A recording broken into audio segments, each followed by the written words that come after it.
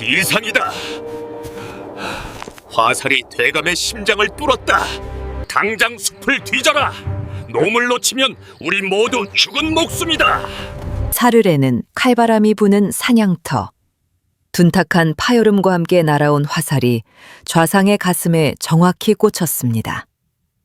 그런데 이게 웬일입니까? 피를 토하며 쓰러져야 할 좌상이 멀쩡히 서서 품속에 있던 아이의 낙서 뭉치를 꺼내듭니다. 종이 뭉치가 화살촉을 받아낸 기막힌 상황. 암살자가 당황하여 다시 활을 겨눕니다. 과연 이 그림에는 어떤 사연이 숨겨져 있을까요? 시간을 거슬러 살을 애는 듯한 삭풍이 장터의 헐벗은 백성들을 무자비하게 몰아치는 초겨울의 어느 날입니다. 사람들의 입김이 허공에서 하얗게 얼어붙는 이 삭막한 곳. 짐승의 배설물과 진흙이 뒤엉켜 꽁꽁 얼어버린 장터 바닥을 한번 보십시오. 그 더럽고 차가운 구석에 고작 8살 남짓 되어 보이는 사내아이 하나가 짐짝처럼 묶여 있습니다. 목에는 개에게나 채울 법한 거친 밧줄이 칭칭 감겨 있고 아이의 입술은 모진 추위에 질려 파랗게 굳어버렸습니다. 이 처참한 광경을 좀 보십시오. 아이의 얇디압은 삼배옷 위로 검붉은 핏자국이 선명하게 배어나와 있지 않습니까? 어미 품이 그리워 도망치려다 무자비한 매질을 당한 것이 분명합니다. 살점이 터져 피가 엉겨붙은 옷자락이 살을 파고들 때마다 아이는 고통에 몸을 떨지만 비명조차 지르지 못합니다. 소리를 내면 또다시 무자비한 채찍이 날아올 것을 본능적으로 알고 있기 때문입니다. 그런데 바로 옆에 앉은 인신매매꾼 놈의 행태는 더욱 가관입니다. 놈은 김이 모락모락 나는 뜨끈한 국밥을 들이키며 아이가 추위에 못 이겨 웅크리자 신고 있던 흑투성이 가죽신으로 아이의 정강이를 사정없이 걷어찹니다. 에이, 재수없게! 야, 이놈아! 똑바로 서지 못해? 니놈 몸뚱어리가 병든 닭 한 마리값도 안 나온다는 걸 알기나 하느냐. 놈은 바닥에 침을 텟 뱉으며 아이를 물건 흥정하듯 다룹니다. 지나가던 구경꾼들이 혀를 끌끌 차며 동정어린 눈빛을 보내지만 그뿐입니다. 자신의 자식들 눈은 가리면서도 정작 누구 하나 나서서 저 아이의 밧줄을 풀어주려 하지 않습니다. 돈이 곧 법이고 신분이 곧 하늘인 이 비정한 판에서 천한 노비의 자식은 그저 엽전 몇 냥으로 환산되는 고깃덩어리에 불과했기 때문입니다. 이 기막힌 세상에 이중적인 민낯에 어찌하면 좋단 말입니까? 아이는 흐릿해지는 의식 속에서도 주먹을 꽉 쥐고 있습니다. 바닥에 떨어진 썩은 지푸라기라도 잡고 버텨야 한다는 생존 본능일까요? 아니면 짐승보다 못한 취급을 받는 이 억울한 운명에 대한 소리 없는 분노일까요? 차가운 바람만이 아이의 젖은 눈가를 스치고 지나갈 뿐입니다. 이토록 잔인한 셈법이 지배하는 장터 한복판. 아이의 운명은 마치 바람 앞의 등불처럼 위태롭기만 합니다. 그런데 바로 그때였습니다. 소란스러운 장터의 소음을 뚫고 누군가의 거대한 그림자가 아이의 머리 위로 짙게 드리워집니다. 과연 이 지옥 같은 곳에서 아이에게 손을 내밀어줄 사람이 나타난 것일까요? 두 손이 거친 밧줄에 묶여 뒤로 꺾인 채 그 차디찬 진흙바닥에 무릎을 꿇고 있는 아이의 모습을 보십시오. 얼어붙은 땅의 냉기가 무릎을 파고들고 터진 살점에서는 붉은 피가 배어나와 흙탕물과 섞이고 있는데도 아이의 허리는 대나무처럼 꼿꼿하기만 합니다. 보통의 8살 아이라면 공포에 질려 울부짖거나 어미를 찾으며 바닥을 뒹굴었을 것입니다. 허나 이 아이는 다릅니다. 마치 살아남는 것이 목표가 아니라 인간으로서의 마지막 존엄을 지키며 죽는 것이 목표인 양 그 작은 몸뚱어리로 거대한 비극을 온전히 받아내고 있습니다. 금방이라도 쓰러질 듯 위태로운 저 가녀린 어깨를 좀 보십시오. 모진 매질과 굶주림으로 앙상하게 드러난 갈비뼈는 가쁜 숨을 쉴 때마다 애처롭게 들썩입니다. 그러나 그 흑투성이 얼굴 위 헝클어진 머리카락 사이로 빛나는 두 눈동자만은 실로 기이할 정도로 맑고 또렷합니다. 그것은 마치 시공창 같은 장터의 흙탕물 속에서도 홀로 고고하게 피어난 한 송이 연꽃과도 같습니다. 지나가는 행인들이 혀를 차며 동전 몇 잎을 던져주거나 혹은 더러운 것을 보듯 피할 때조차 아이는 비굴하게 손을 벌리지 않습니다. 오히려 자신에게 눈길을 주는 이들에게 고개를 숙여 정중하게 목례를 올릴 뿐입니다. 이것은 노비의 행동이 아닙니다. 짐승 취급을 받는 자가 보일 수 있는 태도가 아닙니다. 그 기이한 품격에 질려버린 것은 오히려 옆에서 국밥을 퍼먹던 인신매매꾼 놈입니다. 놈은 아이가 울며 매달려야 자신의 위세가 설 텐데 아무리 때리고 굶겨도 굴복하지 않는 저 눈빛이 못내 불쾌하고 섬뜩한 모양입니다. 놈이 먹던 국밥 그릇을 거칠게 내려놓으며 아이의 멱살을 잡고 흔듭니다. 이 독한 놈, 네 놈이 아직도 양반집 도련님인 줄 아느냐? 짐승처럼 울어. 그래야 밥이라도 한 덩이 얻어먹을 것 아니냐? 왜 울지 않는 것이냐? 놈의 거친 고함과 함께 비릿한 침이 아이의 얼굴에 튑니다.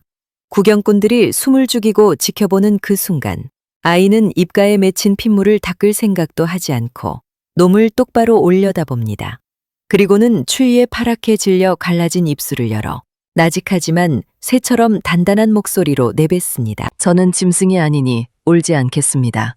아, 이 무슨 서리빨 같은 기계입니까? 놈은 할 말을 잃은 듯 멍하니 아이를 바라보다 이내 치밀어 오르는 분노를 참지 못하고 주먹을 치켜듭니다. 짐승이 되어야만 살아남을 수 있는 이 비정한 장터 바닥에서 끝까지 사람이기를 포기하지 않는 아이의 저항은 놈의 야만성을 더욱 자극할 뿐입니다. 아이는 속으로 끊임없이 드내고 있습니다. 나는 짐승이 아니다. 나는 이름 없는 고깃덩어리가 아니다. 뼈만 남은 앙상한 몸은 이제 한계에 다다른 듯 미세하게 떨리고 시야는 점차 흐릿해져 갑니다. 하지만 흐려지는 의식 속에서도 아이의 눈동자는 허공의 한 점을 틀어지라 응시하며 빛을 잃지 않습니다. 그런데 그때 군중 틈에서 아이의 그 또렷한 눈망울을 유심히 지켜보고 있는 한 사내가 있습니다. 허름한 삿갓을 눌러로 썼으나 예리한 눈빛을 감출 수 없는 그 사내는 아이의 눈을 보며 무언가 깊은 생각에 잠긴 듯합니다. 과연 사내가 본 것은 단순한 아이의 눈빛이었을까요? 아니면 그 속에 감춰진 또 다른 비밀이었을까요? 자, 이제 본격적인 흥정이 시작되려나 봅니다. 거간꾼 놈이 국밥 그릇을 비우더니 이내 번들거리는 입가를 소매로 쓱 닦아내고는 자리에서 벌떡 일어납니다.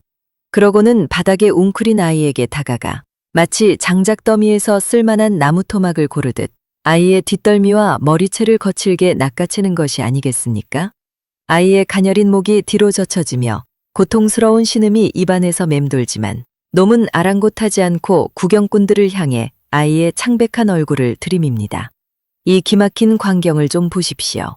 놈의 눈에는 아이가 그저 걸어다니는 엽전 꾸러미로밖에 보이지 않는 모양입니다. 놈은 아이에게서 라는 악취가 역겨운 듯 코를 막으며 들고 있던 지팡이 끝으로 아이의 옆구리를 쿡쿡 찌릅니다.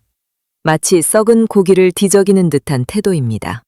놈은 직접 손을 대기도 싫다는 듯 아이의 턱을 지팡이로 거칠게 들어올리며 이리저리 살펴볼 뿐입니다.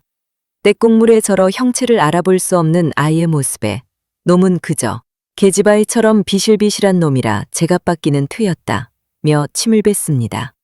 아이의 맑은 눈망울이 수치심으로 흔들리며 입술을 깨물지만 거간꾼 놈의 탐욕스러운 눈빛 앞에서는 그저 상품의 가치를 높이는 장식품에 불과할 따름입니다. 놈은 허리춤에 찬 채찍을 꺼내들어 허공을 향해 위협적으로 휘두릅니다. 허공을 가르는 매서운 파여름이 아이의 귓가를 스칠 때마다 아이의 몸이 본능적으로 움츠러듭니다. 공포야말로 노비를 다스리는 최고의 도구라 믿는 저 오만방자한 태도를 보십시오. 자신이 마치 이 구역의 생사여탈권을 쥔 왕이라도 된 양. 놈은 으스대며 구경꾼들을 향해 손가락을 펴보이며 가격을 부릅니다. 단양 혹은 열양. 존귀한 한 인간의 생명이 고작 더러운 엽전 몇 잎에 저울질당하고 있는 것입니다. 더욱 통탄할 일은 그 주변을 둘러싼 사람들의 반응입니다. 개중에는 아이를 불쌍히 여겨 혀를 차는 이들도 덜어 있으나 대다수는 그저 남의 집 불구경하듯 무심하고 건조한 눈빛으로 흥정을 지켜볼 뿐입니다. 누군가는 아이의 몸집이 작아 밥값이나 하겠냐며 흉을 보고, 또 누군가는 튼튼해 보이니 부려먹기 좋겠다며 계산기를 두드립니다. 악한 놈이 판을 깔고 무지한 대중이 그 위에서 춤을 추니 이곳이 바로 생지옥이 아니고 무엇이겠습니까? 아이는 이제 자신이 사람이 아니라 그저 말을 알아듣는 짐승으로 전락했음을 뼈저리게 느낍니다.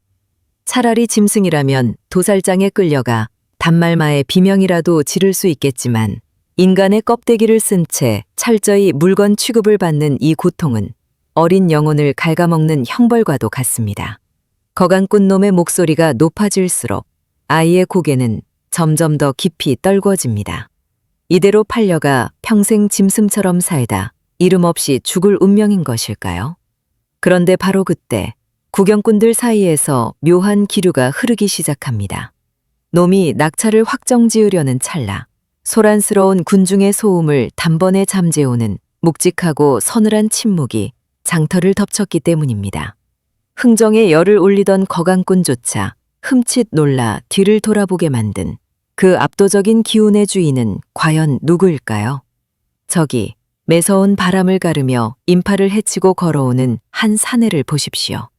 낡은 갓을 쓰고 허름한 무명옷을 걸쳤으나 그 걸음걸이에는 범접할 수 없는 위엄이 서려 있습니다. 마치 성난 파도를 가르듯 군중이 양옆으로 갈라지는 이 기이한 광경을 어찌 설명해야 할까요? 소란스럽던 장터의 소음마저 사내의 발걸음 소리에 눌려 순식간에 잦아듭니다.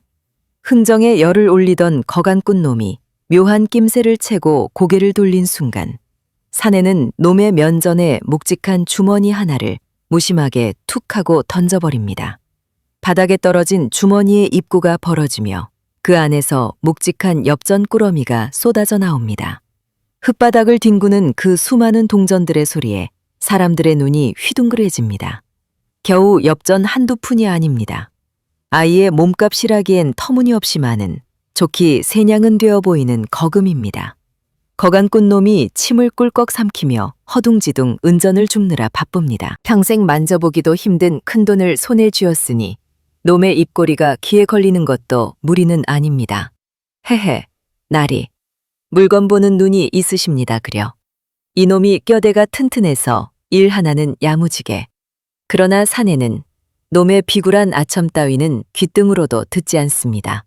사내의 시선은 오직 단 한 곳, 차가운 흙바닥에 무릎 꿇린 채 떨고 있는 아이에게 고정되어 있습니다. 사내가 천천히 허리를 숙여 아이와의 눈높이를 맞춥니다. 가까이서 본 사내의 얼굴은 호랑이처럼 매서우면서도 깊은 슬픔을 간직한 눈을 하고 있습니다. 그 서늘한 기운에 압도된 구경꾼들은 숨조차 크게 쉬지 못하고 이 숨막히는 대면을 지켜볼 뿐입니다. 사내의 거친 손이 아이의 목을 조르고 있던 밧줄 매듭으로 향합니다. 아이는 반사적으로 몸을 움츠리며 눈을 질끈 감습니다.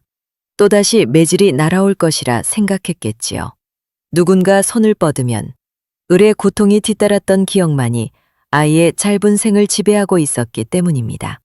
하지만 아이의 몸에 닿은 것은 딱딱한 채찍도 매서운 주먹도 아니었습니다. 사내의 손끝은 더없이 조심스럽게, 그러나 단호하게 아이를 속박하던 밧줄을 풀어내고 있었습니다. 툭, 투둑, 살을 파고들던 거친 밧줄이 힘없이 바닥으로 떨어집니다. 붉게 부어오른 아이의 목덜미와 손목에 선명하게 남은 결박의 흔적을 보십시오. 사내는 그 처참한 상처를 말없이 응시하다가 여전히 공포에 질려 바닥만 내려다보는 아이의 어깨를 간단히 감싸주며 일으켜 세웁니다.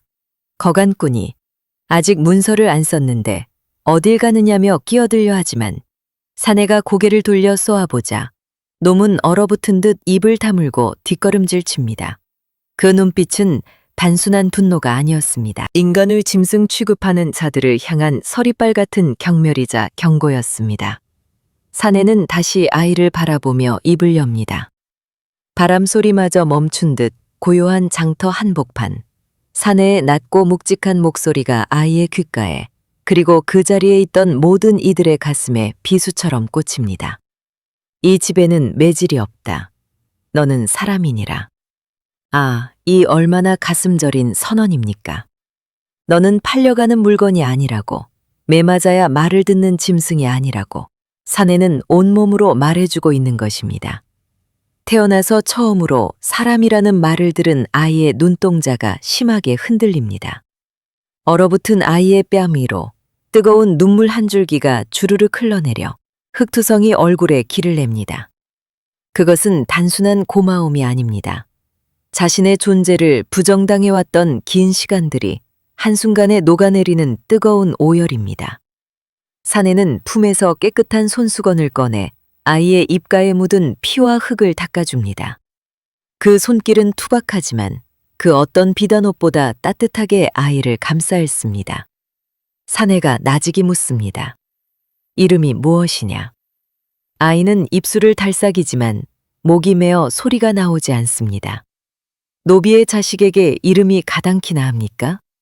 그저 개똥이, 마당새, 혹은 야이놈, 저놈으로 불렸을 뿐입니다.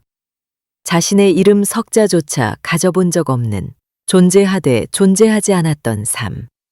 아이는 젖은 눈을 들어 사내를 올려다보며 갈라진 목소리로 힘겹게 대답합니다. 이름이 없습니다. 이 짧은 한마디에 담긴 비극을 감히 우리가 헤아릴 수 있을까요? 이름조차 갖지 못한 채 세상의 그림자로 살아야 했던 8살 인생. 구경꾼들 중 몇몇은 옷소매로 눈가를 훔치고 방금 전까지 흥정을 구경하던 이들은 부끄러움에 고개를 들지 못합니다. 사내는 그 대답을 예상했다는 듯 씁쓸한 표정으로 고개를 끄덕입니다. 그러고는 자신의 겉옷을 벗어 덜덜 떨고 있는 아이의 작은 어깨에 덮어줍니다. 사내의 체온이 깃든 옷자락이 아이를 감싸는 순간 아이는 비로소 자신이 짐승의 오리에서 벗어나 인간의 세상으로 발을 디뎠음을 실감합니다. 여러분, 이 장면을 보며 가슴 한구석이 뜨거워지지 않으십니까? 더러운 오물이 묻을까 두려워 모두가 외면했던 이 아이에게 기꺼이 자신의 옷을 벗어준 저 사내의 결단이 말입니다. 만약 여러분이었다면 어땠을까요? 권력과 돈이 지배하는 이 비정한 거리에서 짐승 취급받는 아이를 위해 멈춰설 용기가 있으셨겠습니까? 불의를 보고도 침묵하는 것이 미덕이 되어버린 세상입니다. 하지만 오늘 우리는 보았습니다. 단 한 사람의 용기가 어떻게 한 아이의 지옥을 구원하는지를 말입니다. 이 가슴 벅찬 정의의 순간에 동참하고 싶으시다면 지금 바로 구독과 좋아요를 눌러주십시오. 여러분의 작은 관심이 모여 더 많은 사람을 살리는 힘이 될 것입니다. 사내는 아이의 손을 꼭 잡고 인파를 헤치며 걸어나갑니다. 거간꾼 놈은 멍하니 서서 멀어지는 두 사람의 뒷모습을 바라볼 뿐 감히 잡을 엄두조차 내지 못합니다. 그런데 사내의 손에 이끌려가는 아이의 눈빛이 달라졌습니다. 조금 전까지의 체념과 공포는 사라지고 무언가 결연한 의지가 그 맑은 눈망울에 차오르기 시작합니다. 자신을 사람이라 불러준 이 사내를 위해서라면 목숨이라도 바치겠다는 맹세가 서린 듯합니다. 하지만 운명의 장난은 이제 막 시작되었을 뿐입니다. 사내가 데려가는 곳은 따뜻한 밥상이 기다리는 평범한 양반집이 아닙니다. 아이는 아직 모릅니다. 자신이 잡은 그 따뜻한 손의 주인이 조선 팔도를 호령하는 서슬퍼런 권력의 중심, 좌의정이라는 사실을 말입니다. 그리고 그 집 대문을 넘는 순간 아이에게는 이름 없는 노비보다 더 가혹하고 거대한 시련이 휘몰아칠 것입니다. 과연 사내는 아이에게 어떤 새로운 이름을 지어줄까요? 그리고 그 이름에 얽힌 피비린내 나는 과거의 비밀은 무엇일까요? 그 참혹했던 장터의 진흙탕에서 건져 올려진 아이가 비단옷을 입고 따뜻한 아랫목에 앉아있는 모습을 한번 상상해 보십시오. 죽지 못해 살아가던 짐승 같은 삶이 하루아침에 귀한 도련님과 다를 바 없는 신세가 되었으니 세상사 세옹지 말하더니 참으로 알다가도 모를 일입니다. 그런데 더욱 기가 막힌 것은 아이의 머리입니다. 굶주림에 뇌가 굳어버렸을 법도 한데 이 아이, 하나를 가르치면 열을 깨우치는 것이 아니겠습니까? 부엌에서 참모가 국간을 맞추며 고개를 갸웃거리면 아이가 지나가다 툭 한마디를 던집니다. 마늘이 반 숟가락 부족하고 생강 향이 너무 짙습니다. 참모가 혹시나 하여 그대로 해보면 기가 막히게 맛이 살아납니다. 어디 그뿐입니까? 좌상이 심심파적 삼아 천자문을 펴놓고 글자 하나를 짚어주면 아이는 그 자리에서 먹을 갈아 붓을 잡고 난생 처음 보는 글자를 똑같이 그려냅니다. 한 번 본 것은 절대 잊지 않는 눈, 한 번 들은 것은 토시 하나 틀리지 않고 기억하는 귀. 이것은 단순한 총명이 아니라 하늘이 내린 기재가 아니고 무엇이겠습니까?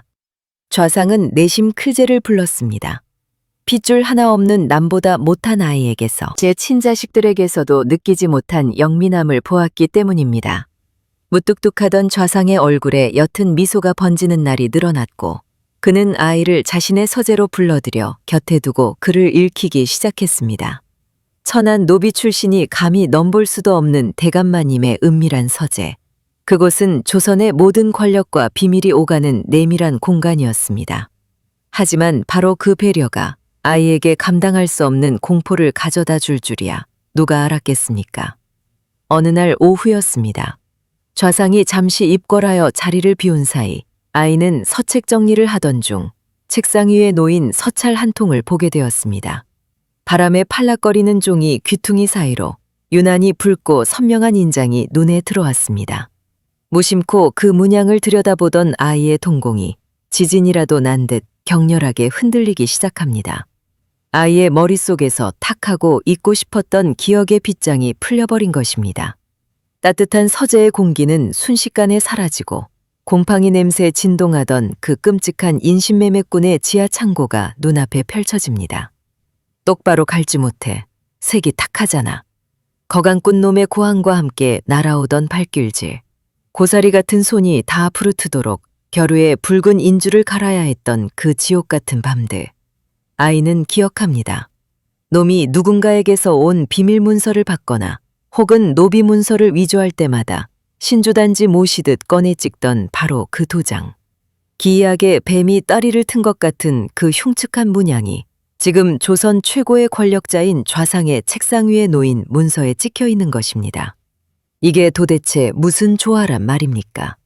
자신을 짐승의 구렁텅이에서 구해준 은인의 방에서 자신을 지옥으로 밀어넣었던 악마의 표식을 마주하다니요. 아이의 온몸이 사시나무 떨듯 떨려옵니다.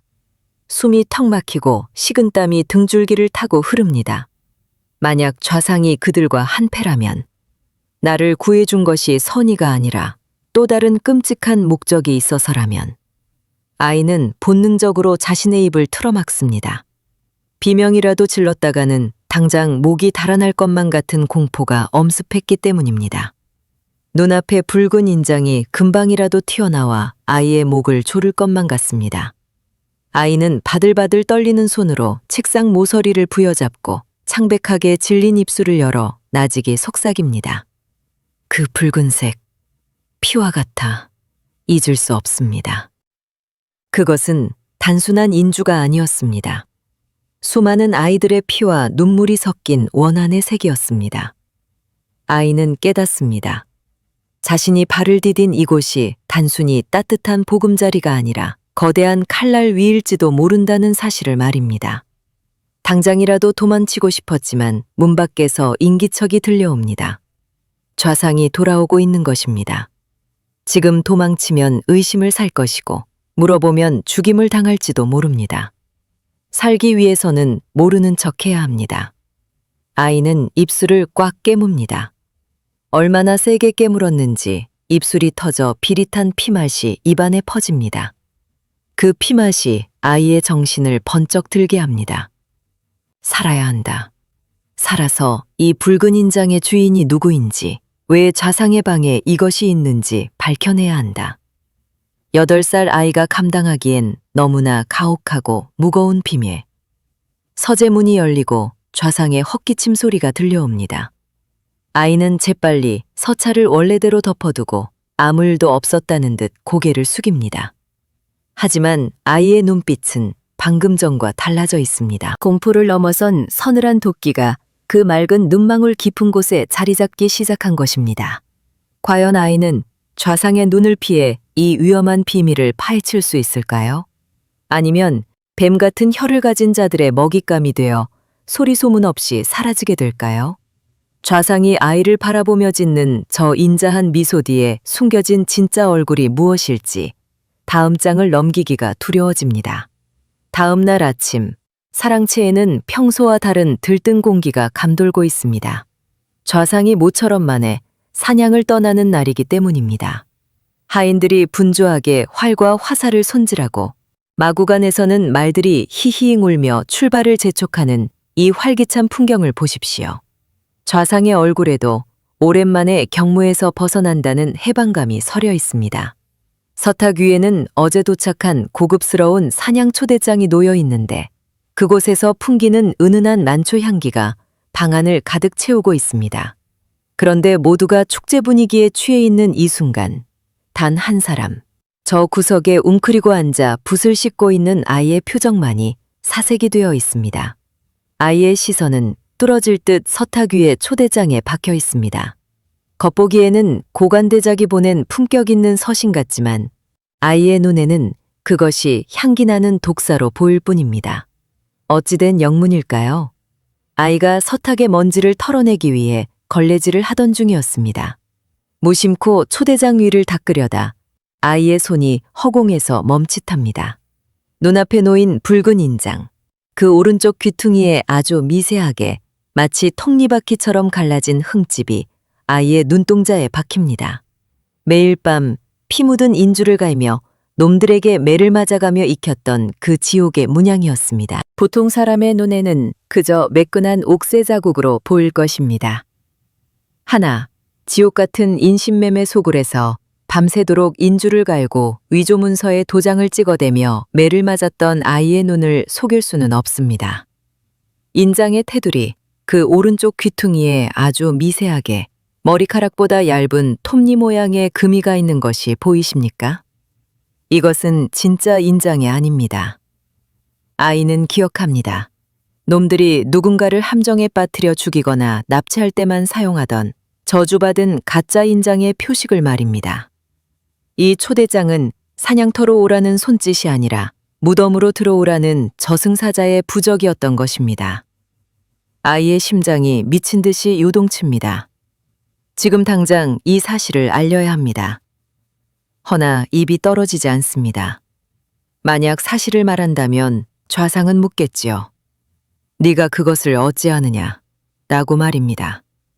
그러면 아이는 자신이 범죄자들의 소굴에서 그들의 손발 노릇을 했음을 시궁창보다 더러운 과거를 낱낱이 자백해야 합니다. 놈들의 첩자가 아니냐는 오해를 사 목이 달아날 수도 있고 설령 믿어준다 해도 그 끔찍한 과거를 들킨 이상 다시는 이 따뜻한 집에 머물지 못할 것입니다. 모르는 척하면 나는 안전하다. 그냥 입 다물고 있으면 아무 일도 없다. 악마의 속삭임이 아이의 귓가에 맴돕니다. 좌상이 죽든 말든 도망쳐서 제 살 길을 찾으면 그만입니다. 그러나 아이의 눈앞에 지난밤 자신에게 따뜻한 밥을 밀어주던 좌상의 투박한 손길이 어른거립니다. 짐승 취급받던 자신을 처음으로 사람이라 불러준 유일한 어른. 그분을 죽게 내버려 둔다면 아이는 다시 짐스마승만도 못한 존재로 돌아가는 것과 무엇이 다르겠습니까? 좌상이 채비를 마치고 방문을 나서는 순간입니다. 아이는 입술을 꽉 깨물어 터뜨립니다. 비릿한 피맛이 목구멍으로 넘어가며 두려움을 삼킵니다. 그리고는 쏜살같이 달려나가 좌상의 앞길을 가로막고 차가운 마룻바닥에 납작 엎드립니다. 쿵 하는 소리와 함께 아이의 작은 이마가 바닥에 찢집니다. 갑작스러운 아이의 돌출 행동에 좌상은 물론이고 수행하던 하인들까지 기겁하여 멈춰섭니다. 이게 무슨 짓이냐? 비키거라.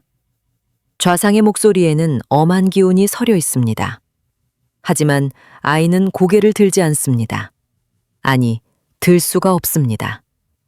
바닥에 엎드린 채 아이는 온몸을 사시나무 떨듯 떨며 그러나 뱃속 깊은 곳에서 끌어올린 단호한 목소리로 외칩니다. 내일 사냥에 나가시면 변고를 당하십니다. 찬물을 끼얹은 듯 주위가 조용해집니다. 사냥을 떠나는 길에 재수없게 변고라니요. 곁에 있던 호위무사가 감히 대감마님께 악담을 퍼붓느냐며 칼자루에 손을 올립니다. 서슬퍼런 살기가 아이의 목덜미를 스치고 지나갑니다. 좌상의 눈썹이 꿈틀합니다. 노비 출신 주제에 기어오른다고 생각할 수도 미쳤다고 생각할 수도 있는 상황입니다. 하지만 좌상은 호위무사를 손짓으로 제지하고 차갑게 가라앉은 눈으로 아이를 내려다봅니다. 네가 점쟁이라도 된단 말이냐. 근거 없는 헛소리로 내 길을 막는다면 용서치 않을 것이다. 이제 돌이킬 수 없습니다. 아이는 고개를 번쩍 듭니다. 공포에 질려 하얗게 질린 얼굴이지만 눈빛만은 형형하게 빛나고 있습니다. 아이는 손가락으로 서탁 위에 초대장을 가리킵니다. 대감마님, 저 초대장의 인장은 가짜입니다. 오른쪽 귀퉁이에 미세한 톱니 모양의 실금이 있습니다. 그것은 놈들이 사람을 죽일 자리를 마련할 때만 쓰는 표식입니다. 좌상의 눈이 커집니다. 아이는 숨 쉴 틈도 없이 자신의 치부를 그토록 감추고 싶었던 부끄러운 과거를 토해냅니다. 제가 놈들의 속을 해서 그 두 장을 닦았습니다. 매일 밤 피 묻은 인주를 갈며 보았습니다. 저를 죽이셔도 좋으니 제발 가지 마십시오. 저것은 사냥 초대가 아니라 덫입니다. 아이는 말을 마치고 다시 바닥에 머리를 찢습니다. 쿵쿵쿵. 자신의 목숨을 담보로 한 처절한 호소. 자신의 더러운 과거를 드러내면서까지 주인을 지키려는 이 아이의 충심은 과연 좌상의 마음을 움직일 수 있을까요? 아니면 첩자의 농간이라 여겨 그 자리에서 목이 베이게 될까요? 좌상은 말없이 초대장을 집어듭니다. 그리고 햇빛에 비추어 인장을 유심히 살핍니다. 팽팽한 긴장감이 감도는 방안, 침을 삼키는 소리조차 크게 들리는 이 숨막히는 정적 속에서 좌상의 표정이 서서히 일그러지기 시작합니다. 과연 좌상은 그 미세한 금을 발견했을까요? 그리고 아이의 말대로 사냥을 취소할까요? 아니면 예정대로 사지로 걸어 들어갈까요? 이 선택이 조선의 운명을 뒤흔들 거대한 피바람의 서막이 될 줄은 아무도 몰랐습니다. 자, 좌상의 눈빛이 매섭게 변하는 찰나를 놓치지 마십시오. 아이의 말이 허황된 헛소리가 아님을 직감한 좌상이 햇살에 초대장을 비스듬히 비춰보는 순간입니다.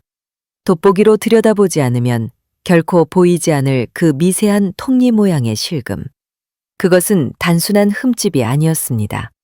마치 독사가 입을 벌리고 먹잇감을 노리는 듯한 살벌한 표식이 좌상의 붉은 인장 오른쪽 귀퉁이에 아주 희미하게 새겨져 있었던 것입니다. 동사람이라면 인주가 덜 묻었거니 하고 넘어갔을 그 사소한 흔적을 이 어린아이는 지옥 같은 지하 창고에서 뼈에 사무치도록 보아왔던 것입니다. 좌상은 초대장을 탁자에 내려놓으며 깊은 탄식을 내뱉습니다. 등잔밑이 티 어둡다더니 자신의 목을 노리는 칼날이 이토록 가까이 와 있었음을 까맣게 모르고 있었던 것입니다. 아이의 그 작은 입이 아니었다면 좌상은 내일 차가운 산속에서 영문도 모른 채 비명 횡사했을 것이 자명합니다. 하지만 여러분, 좌상이 누구입니까?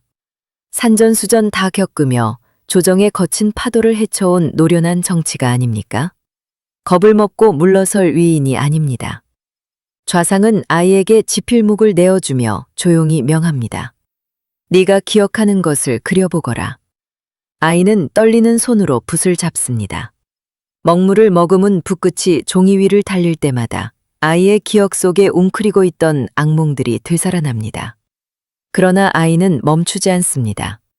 놈들이 위조문서에 찍어대던 그 흉측한 인장의 모양, 톱니가 갈라진 각도, 심지어 인주의 붉은색 농도까지 아이는 마치 귀신에 홀린 듯 신들린 솜씨로 그려냅니다.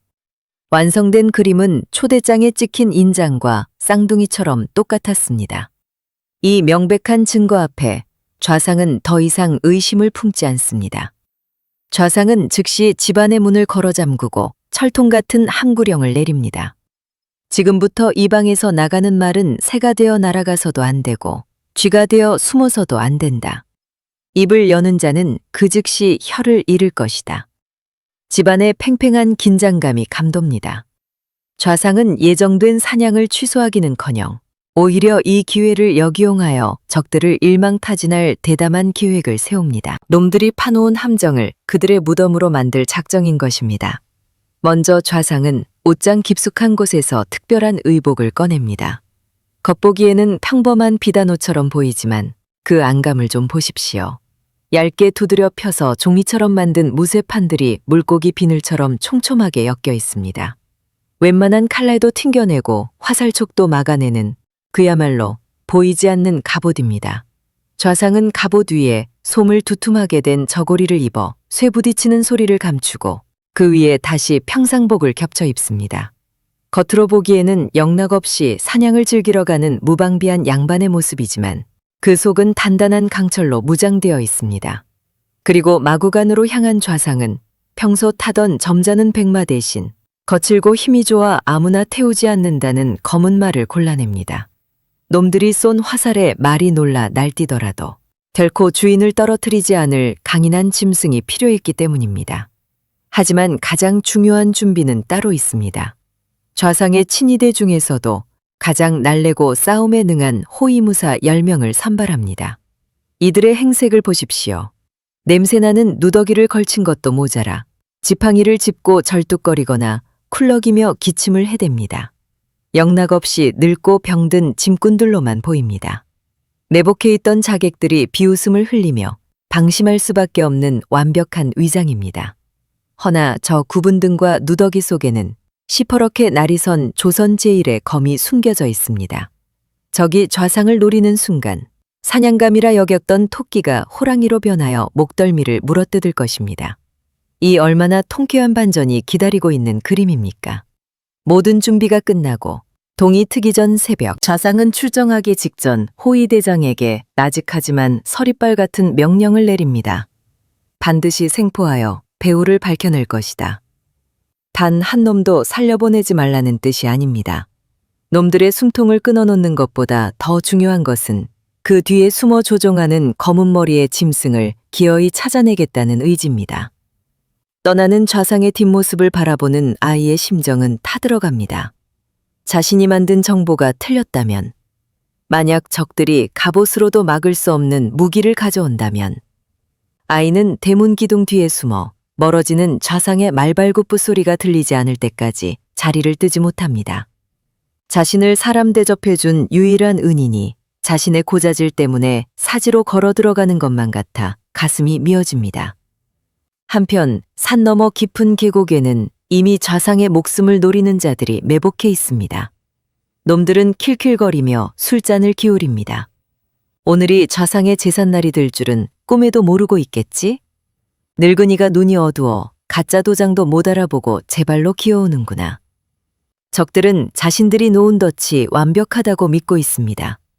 좌상이 무방비 상태로 그저 며칠 묵은 스트레스를 풀러오는 늙은 사냥감이라고 찰석같이 믿고 있는 것입니다.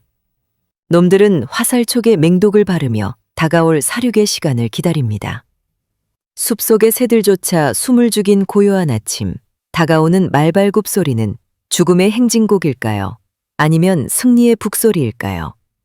이제 곧 사냥터 입구에 좌상의 모습이 드러날 것입니다.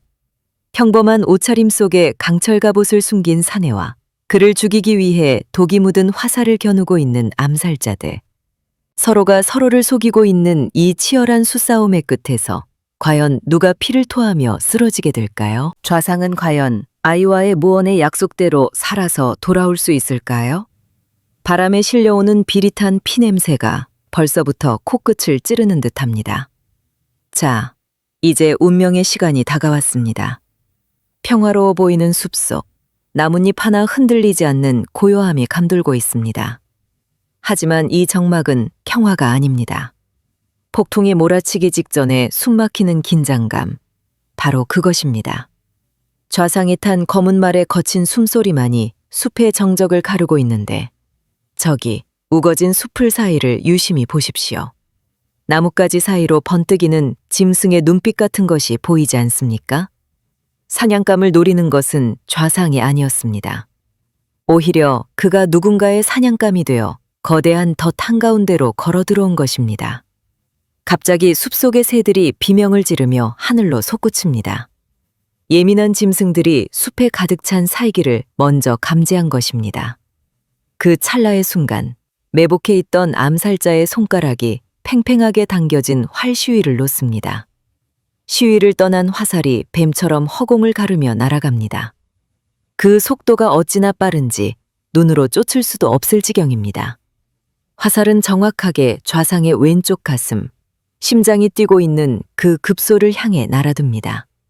퍽 하는 둔탁한 소리와 함께 화살이 좌상의 가슴팍에 깊이 박힙니다. 말 위에 앉아있던 좌상의 몸이 크게 휘청거립니다. 고통스러운 신음과 함께 그가 가슴을 부여잡고 말에서 굴러떨어지듯 내려옵니다. 바닥에 쓰러진 좌상은 고통에 몸부림치며 거친 숨을 몰아쉽니다. 붉은 피가 배어나오는 것만 같은 이 절체절명의 순간, 주변을 호위하던 사냥꾼 차림의 무사들이 기겁하며 달려듭니다. 대감마님, 대감마님! 이 광경을 지켜보는 여러분의 심장도 철렁 내려앉지 않으셨습니까? 아이의 경고가 있었음에도 결국 화살을 피하지 못한 것일까요? 저 늙은 정치가의 심장이 뚫려거린 것일까요? 아닙니다. 좌상이 바닥에 엎드린 채 가슴을 부여잡고 있는 그 손 아래를 자세히 보십시오. 화살은 겉옷을 뚫고 무쇠 비늘 갑옷마저 뚫을 기세로 파고들었습니다. 허나 화살촉은 심장에 닿기 직전 기적처럼 멈춰섰습니다. 갑옷 안쪽, 좌상의 가슴팍에는 아이가 밤새워 그려준 그 두툼한 그림 뭉치가 들어있었기 때문입니다. 아이의 간절한 마음이 담긴 종이 뭉치가 강철도 막지 못한 마지막 한치의 칼날을 받아내며 주인의 목숨을 지켜낸 것입니다. 하지만 좌상은 일어나는 대신 더욱 고통스러운 척 몸을 웅크립니다. 놈들을 완벽하게 속이기 위한 목숨을 건 연기가 시작된 것입니다. 그는 입술을 깨물어 억지로 핏기를 없애고 눈을 까 뒤집으며 죽어가는 짐승처럼 헐떡입니다. 호위무사들 역시 사색이 된 얼굴로 우왕좌왕하며 혼란에 빠진 척 연기합니다. 어디냐? 어디서 날아온 화살이냐? 거짓 혼란이 숲을 뒤덮자 숲을 속에 숨어있던 쥐새끼들이 드디어 반응을 보입니다.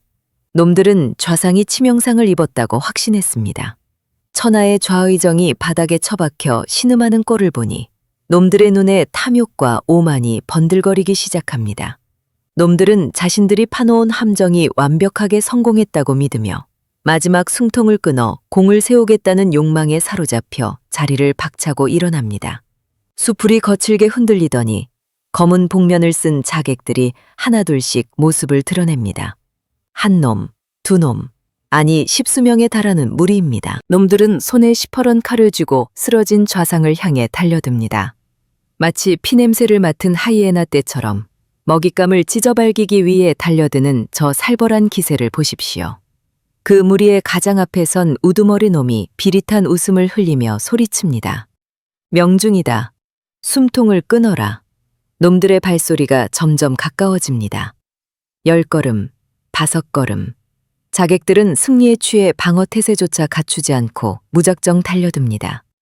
쓰러져 있는 좌상의 곁에 있는 사냥꾼들이 고작 짐꾼이나 몰이꾼 나부랭이라고 생각했기 때문입니다. 하지만 그것은 놈들의 치명적인 착각이었습니다. 놈들이 좌상의 코앞까지 다가온 바로 그 순간입니다. 고통에 몸부림치던 좌상의 눈빛이 순식간에 차갑게 돌변합니다. 죽어가던 노인의 흐릿한 눈동자가 아닙니다. 먹잇감이 사정거리에 들어오기를 끈기 있게 기다린 맹수의 서늘하고 잔혹한 눈빛입니다. 좌상이 웅크렸던 몸을 일으키는 것과 동시에 허둥대던 사냥꾼들의 손이 번개같이 허리춤으로 향합니다. 누더기 속에 감춰져 있던 서슬퍼런 강철검들이 햇빛을 받아 섬뜩한 빛을 뿜어냅니다. 승리의 환호성을 지르며 달려들던 자객들의 눈이 공포로 휘둥그레집니다. 쥐새끼를 잡기 위해 쳐놓은 덫이 이제야 비로소 그 무서운 이빨을 드러낸 것입니다. 사냥감이 사냥꾼이 되고 사냥꾼이 사냥감이 되는 이 기막힌 반전의 순간, 과연 좌상은 자신을 죽이러 온 이 쥐새끼들을 어떻게 요리할까요? 그리고 죽음의 문턱에서 살아 돌아온 놈들의 입에서 과연 어떤 거물급 인사의 이름이 튀어나오게 될까요? 이제 숲은 짐승의 피가 아닌 악인들의 검붉은 피로 물들 차례입니다. 자, 숲속이 순식간에 아수라장이 되었습니다. 승리에 취해 달려들던 자객들이 비명을 지를 새도 없이 바닥에 처박히는 꼴을 좀 보십시오. 사냥꾼으로 위장해 있던 호위무사들이 누더기 속에 감춰두었던 서슬퍼런 실력을 드러내자 기세등등하던 암살자들은 추풍낙엽처럼 쓰러지고 맙니다. 그 중에는 도망치려 등을 보이는 놈도 있었으나 이미 독이 오른 사냥개처럼 달려든 무사들의 포위망을 벗어날 수는 없는 노릇입니다. 특히 우두머리 놈의 꼴이 아주 가관입니다. 방금 전까지 좌상의 목숨을 끊겠다며 칼을 쳐들던 그 오만함은 온데간데 없고 호위대장의 무릎 아래 짓눌려 흙바닥을 뒹구는 꼴이라니요. 놈의 팔이 기괴하게 꺾이고 복면이 벗겨지자 공포에 질려 하얗게 질린 민낯이 드러납니다. 그 비굴하게 흔들리는 눈동자에는 죽음의 그림자가 짙게 드리워져 있습니다. 호위들이 놈의 품속을 샅샅이 뒤지기 시작합니다. 그러자 툭 하고 묵직한 물건들이 바닥으로 떨어집니다. 흙투성이 바닥에 흩어진 그 물건들을 자세히 들여다보십시오. 뱀처럼 사악한 음모의 증거들이 줄줄이 쏟아져 나옵니다. 먼저 눈이 시리도록 하얀 은전 꾸러미입니다. 평범한 사냥꾼이나 짐승 잡는 백정놈이 가질 수 없는 큰 돈입니다. 누군가의 목숨값으로 받은 더러운 뇌물이 분명하지 않습니까? 그리고 그 옆에는 꼬깃꼬깃 접힌 종이 쪽지 하나가 나뒹굴고 있습니다. 펼쳐보니 늙은 호랑이를 사냥터에서 잡으라는 은밀한 지령이 적혀 있습니다. 하지만 무엇보다 구경꾼들의 눈을 사로잡은 것은 놈의 허리춤 깊숙한 곳에서 나온 낡은 나무패 하나였습니다. 바로 노비패입니다. 주인의 이름과 거주지가 명확하게 새겨진 움직일 수 없는 신분의 증표 말입니다. 이때였습니다. 죽은 듯 쓰러져 있던 좌상이 툭툭 옷의 먼지를 털며 자리에서 일어납니다. 가슴에 박힌 화살을 아무렇지도 않게 쑥 뽑아드는 그 모습을 보십시오. 화살촉은 갑옷의 비늘에 막혀 찌그러져 있을 뿐 좌상의 몸에는 생채기 하나 나지 않았습니다. 죽은 줄 알았던 사냥감이 멀쩡히 살아나 자신을 내려다보고 있으니 무릎 꿇린 암살자는 마치 귀신이라도 본 양 입을 딱 벌린 채 얼어붙고 맙니다. 좌상은 피 묻은 화살을 손에 쥐고 사시나무 떨듯 떨고 있는 암살자의 턱 밑을 겨눕니다. 숲속의 차가운 바람보다 더 서늘한 좌상의 기세에 소란스럽던 숲은 찬물을 끼얹은 듯 고요해집니다. 사냥 소식을 듣고 뒤따라온 관원들과 구경꾼들이 웅성거리며 모여들지만 좌상의 서리빨 같은 눈빛에 압도되어 숨소리조차 크게 내지 못합니다. 이 산속의 공터는 더 이상 짐승을 잡는 사냥터가 아닙니다. 좌상은 흙바닥을 단상 삼아 하늘을 지붕 삼아 즉석에서 추상 같은 재판정을 열어젖힙니다. 그는 찌그러진 화살촉과 은전, 그리고 노비패를 높이 들어 올려 군중에게 보입니다. 햇빛을 받아 번뜩이는 그 증거물들은 100마디 말보다 더 강력한 웅변이 되어 사람들의 뇌리에 박힙니다. 좌상이 암살자와 군중을 향해 그리고 숲 어딘가에 숨어 이 상황을 지켜보고 있을지도 모를 진짜 배후를 향해 천둥 같은 목소리로 선언합니다. 이것은 사냥 사고가 아니다. 명백한 살인 미수다. 군중 사이에서 탄식이 터져 나옵니다. 단순한 사고가 아니라 나라의 기둥인 좌의정을 노린 치밀한 역모였음이 천하에 드러나는 순간입니다. 이제 이 사건은 덮으려야 덮을 수 없는 거대한 불길이 되었습니다. 모여든 관원들과 백성들은 이 참혹한 현장에 살아있는 증인이 되었습니다. 좌상은 바닥에 떨어진 노비패를 집어듭니다. 그곳에 새겨진 이름, 암살자를 부리는 주인의 이름이 햇살 아래 선명하게 드러납니다. 좌상의 입가에 비릿하고도 차가운 미소가 스치고 지나갑니다.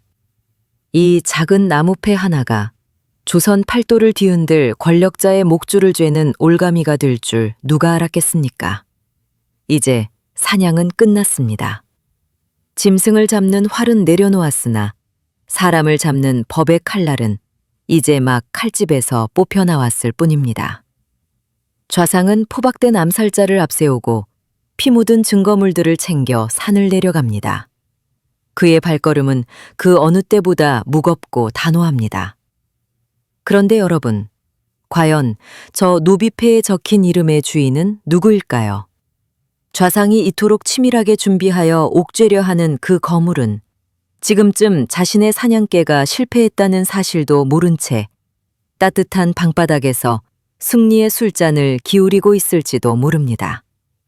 오늘 밤 좌상의 집이 아닌 한양 한복판의 가장 화려한 연회장에서 피비린내 나는 진실 게임이 시작되려 합니다. 독이 든 잔을 받게 될 자는 과연 누구일까요? 자, 이제 저작거리에 흙먼지 날리던 싸움판은 막을 내리고 서슬퍼런 덫의 심판대 위에 모든 것이 드러날 차례입니다. 포박된 암살자가 관아의 마당 한복판에 무릎 꿇려 있고 그 주변으로 수백 명의 관원과 구경꾼들이 구름대처럼 몰려들었습니다. 마치 숨소리조차 들리지 않는 팽팽한 긴장감이 감도는 가운데 좌상은 피 묻은 지령서 한 장을 높이 쳐듭니다. 그 종이는 암살자의 품속에서 나온 좌상의 목숨을 노리라는 명령이 적힌 명백한 살인교사의 증거였습니다. 그런데 이상한 일입니다. 좌상은 범인을 추궁하는 대신 품속에서 오깃꼬깃하게 접힌 또 다른 종이 한 장을 꺼내듭니다. 그것은 바로 며칠 전 공포에 떨며 붓을 잡았던 그 아이가 밤새워 그려낸 낙서였습니다. 사람들은 수군거리기 시작합니다. 천하의 좌의정이 이 엄중한 자리에서 고작 아이의 그림 장난을 꺼내들다니 노망이라도 난 것이 아니냐며 혀를 차는 이들도 있습니다. 하지만 좌상의 눈빛은 그 어느 때보다 형형하게 빛나고 있었습니다. 좌상은 두 장의 종이를 나란히 펼쳐 보입니다.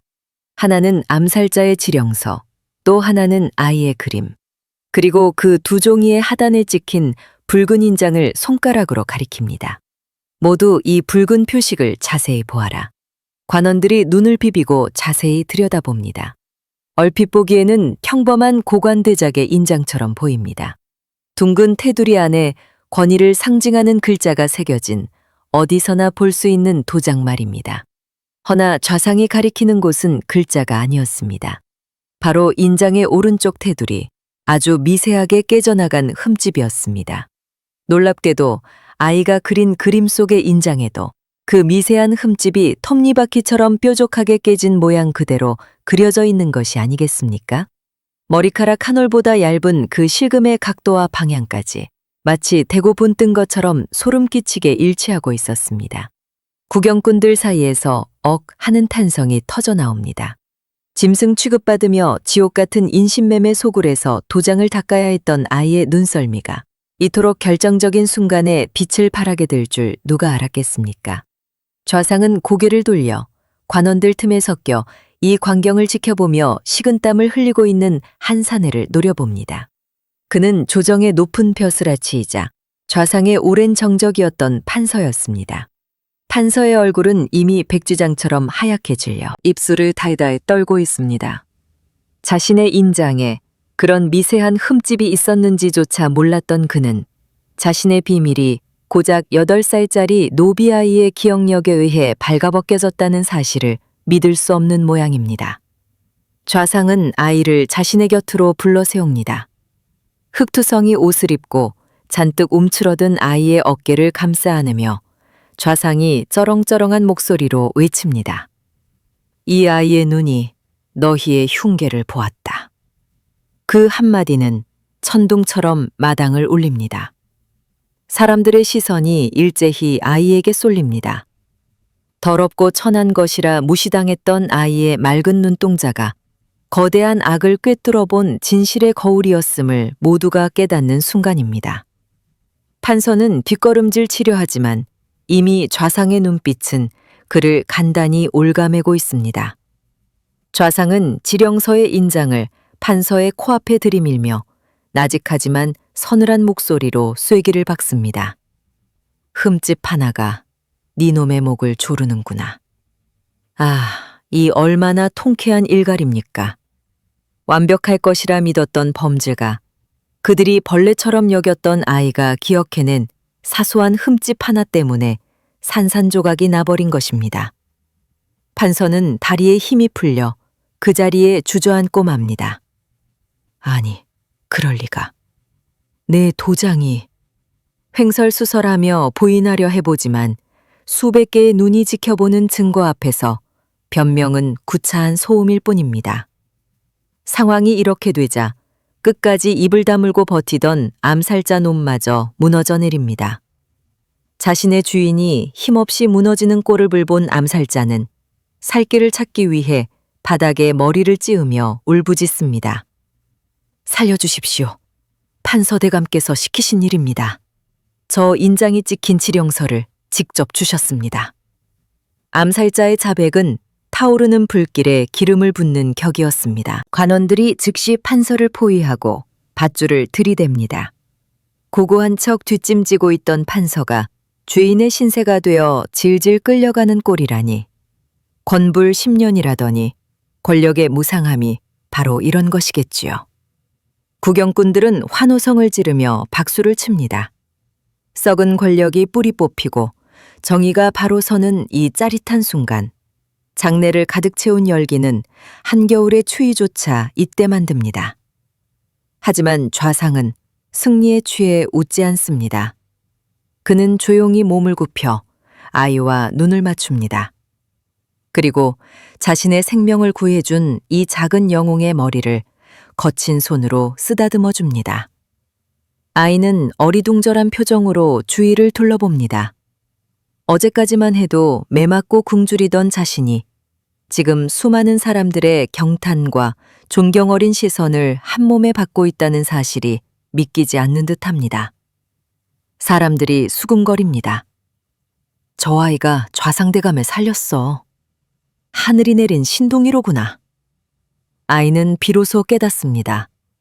자신의 고통스러웠던 과거가 그 지옥 같았던 기억이 헛된 것만은 아니었음을 말입니다. 붉은 인주를 갈며 흘렸던 눈물이 오늘 거대한 악을 심판하는 가장 강력한 무기가 되어 돌아온 것입니다. 아이의 뺨 위로 뜨거운 눈물이 흐릅니다. 그것은 슬픔의 눈물이 아니라 벅차오르는 감동과 안도의 눈물이었습니다. 좌상은 아이의 손을 잡고 군중을 향해 높이 들어 올립니다. 마치 개선 장군을 소개하듯 아이의 공을 만천하에 알리는 것입니다. 이 순간만큼은 좌의정도 노비도 없습니다. 오직 진실을 밝힌 용기 있는 사람과 그를 인정하는 사람만이 있을 뿐입니다. 자, 악인들은 줄줄이 굴비 엮이듯 감옥으로 끌려가고 마당에는 정의의 환호성만이 남았습니다. 하지만 이야기는 아직 끝나지 않았습니다. 큰 공을 세운 이 아이에게 좌상은 과연 어떤 보답을 할까요? 단순히 쌀 몇 가마니를 주고 끝낼까요? 아니면 아이의 운명을 송두리째 바꿔놓을 파격적인 제안을 하게 될까요? 노비의 멍에를 벗고 새로운 이름을 얻게 될 아이의 눈부신 마지막 이야기. 그 감동적인 결말이 궁금하지 않으십니까? 이제 단 하나의 이야기만이 남아 있습니다. 한양을 떠들썩하게 했던 영모 사건은 주동자인 판서의 몰락으로 막을 내렸습니다. 권불 10년이라 했던가요? 서슬 퍼런 권세를 휘두르며 약한 자들의 피를 빨던 판서의 가문은 하루아침에 멸문지화를 당하고 그 화려했던 기와집은 폐허가 되어 잡초만 무성해졌습니다. 악인이 뿌린 씨앗이 결국 자신의 목을 조르는 덩굴이 되어 돌아온 것입니다. 모든 소란이 가라앉은 어느 늦은 밤, 좌상은 아이를 자신의 사랑채로 조용히 부릅니다. 아이는 여전히 자신이 무슨 벌을 받지는 않을까 어깨를 잔뜩 움츠린 채 방으로 들어섭니다. 그런데 좌상의 앞에는 낯선 물건이 놓여 있습니다. 바로 시뻘건 숯이 타오르는 화로와 관아에서 압수한 아이의 노비 문서입니다. 좌상은 말없이 문서를 집어들어 화로 속에 던져 넣습니다. 화르륵. 메마른 종이가 순식간에 불길에 휩싸여 검은재로 변해갑니다. 아이의 족쇄였던 그 지긋지긋한 노비라는 두 글자가 허공으로 산산이 흩어지는 광경을 보십시오. 아이는 믿기지 않는다는 듯 눈을 크게 뜨고 타오르는 불꽃을 바라봅니다. 평생 자신을 올가매던 사슬이 끊어지는 순간 아이의 눈에서도 뜨거운 눈물이 툭 하고 떨어집니다. 그때 좌상이 아이에게 다가와 따뜻한 손으로 그 작은 어깨를 감싸주며 평생 잊지 못할 한마디를 건넵니다. 이제 너는 내 딸이다. 다스는 고개를 숙이지 마라. 놀랍게도 아이는 사내아이가 아니었습니다. 좌상은 빙그레 웃으며 말합니다. 내가 너를 데려와 처음 씻기던 날 이미 알고 있었다. 험한 세상에서 살아남으려 사내 행세를 해야 했던 네 고단한 삶을 말이다. 좌상은 그동안 아이를 위해 묵묵히 비밀을 지켜주었던 것입니다. 좌상은 아이에게 봄을 불러온다는 뜻의 고운 새 이름을 지어줍니다. 짐승 취급을 받던 아이가 조선 최고 가문의 귀한 여식이 되는 기적 같은 순간입니다. 그날 이후 좌상의 집안 풍경은 완전히 달라졌습니다. 살을 찢는 채찍 소리와 고통스러운 비명은 사라지고 담장 너머로는 밤낮으로 랑랑한 글 읽는 소리만이 흘러나옵니다. 아이는 스펀지가 물을 빨아들이듯 학문을 익혀 훗날 좌상의 가장 든든한 조언자이자 현명한 여인으로 성장합니다. 그녀의 지혜는 억울한 백성을 구하는 데 쓰였고 그녀의 손길은 버려진 아이들을 거두는 데 닿았습니다. 여러분, 이 이야기를 통해 우리는 무엇을 배웠습니까? 하늘의 그물은 크고 넓어 엉성해 보이지만 아기는 결코 그 그물을 빠져나갈 수 없다는 사실입니다. 또한 진흙탕 속에서도 피어나는 연꽃처럼 사람의 고귀한 품격은 심군이 아니라 그 마음가짐에 달려있다는 것을 말입니다. 오늘 우리가 뿌린 작은 선의의 씨앗이 언젠가 우리를 지켜줄 거대한 나무가 될지도 모르는 일입니다. 착한 끝은 있고 권선징악에 이치는 영원한 법이니까요. 다음에는 또 어떤 기이하고 가슴 벅찬 이야기가 우리를 기다리고 있을까요?